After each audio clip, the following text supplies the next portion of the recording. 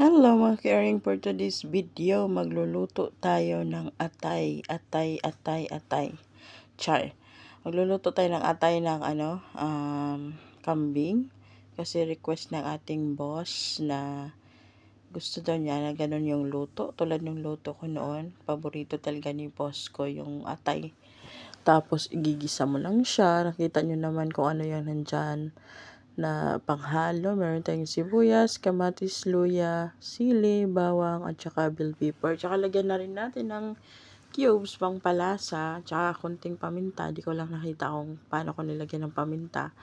Tapos ayan, habang papainitin natin yung mantika, syempre gamit natin olive oil kasi mayaman tayo, charis.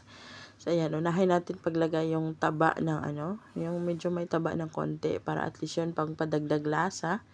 Tapos pag nagisa-gisa na natin yung taba, hindi lang natin gaano mapakita kasi ang hirap mga kairing. Nahirapan tayo kasi yung ating camera, wala tayong tagahawak. Kaya medyo malayo-layo yan mga kairing. Pero tulad na nakikita nyo, nagisa-gisa tayo dyan ng konting taba yung nilagay ko. Tapos ilagay na natin yung ating bawang. Tapos pag nagisa-gisa na natin yung ating bawang, syempre susunod na natin yung luya. Ako rin lang ba mga kairing, kasi gusto ko kasi pag nagisa ako may talaga may luya kasi parang pang patanggal ng langsa.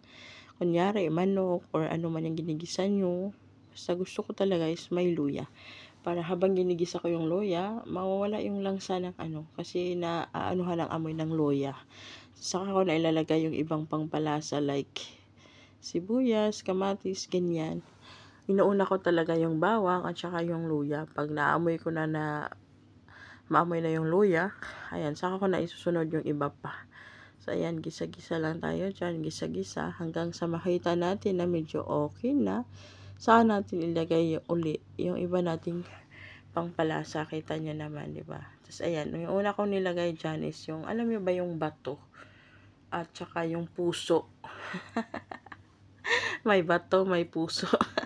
Inuuna ko yung bato at saka yung puso kasi medyo matigas yun.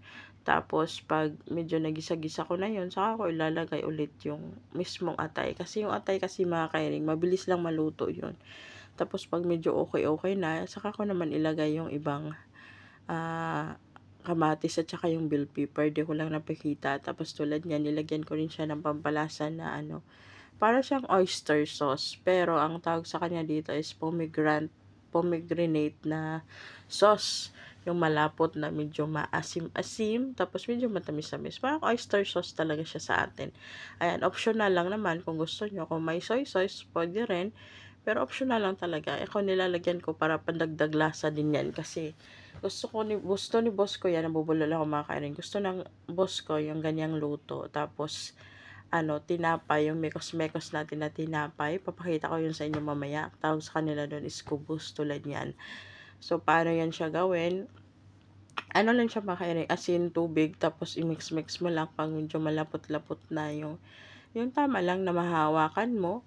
Ayan, pwede siyang gawin ganyan. Pero dapat naka-ref siya o naka-fridge siya ng mga at least 3 hours para at least yung malapot siya. Kasi pag diretso mo siya iluto, pagka masa mo, hindi siya malapot makakairing, tapos makakapal yung magagawa mo. Ayan. Pag na-fridge mo siya ng at least 3 hours, pag hinawakan mo siya, malagkit na siya ba? Yung parang makunat na siya pag inano mo.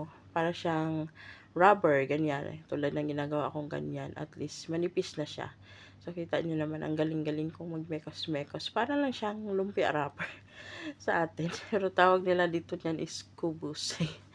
Ayan. Dati di ako marunong yan kasi natatakot ako. Akala ko mapapasok ako.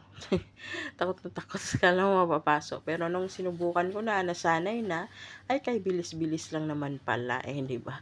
Kalalaki nating tao, takot tayo.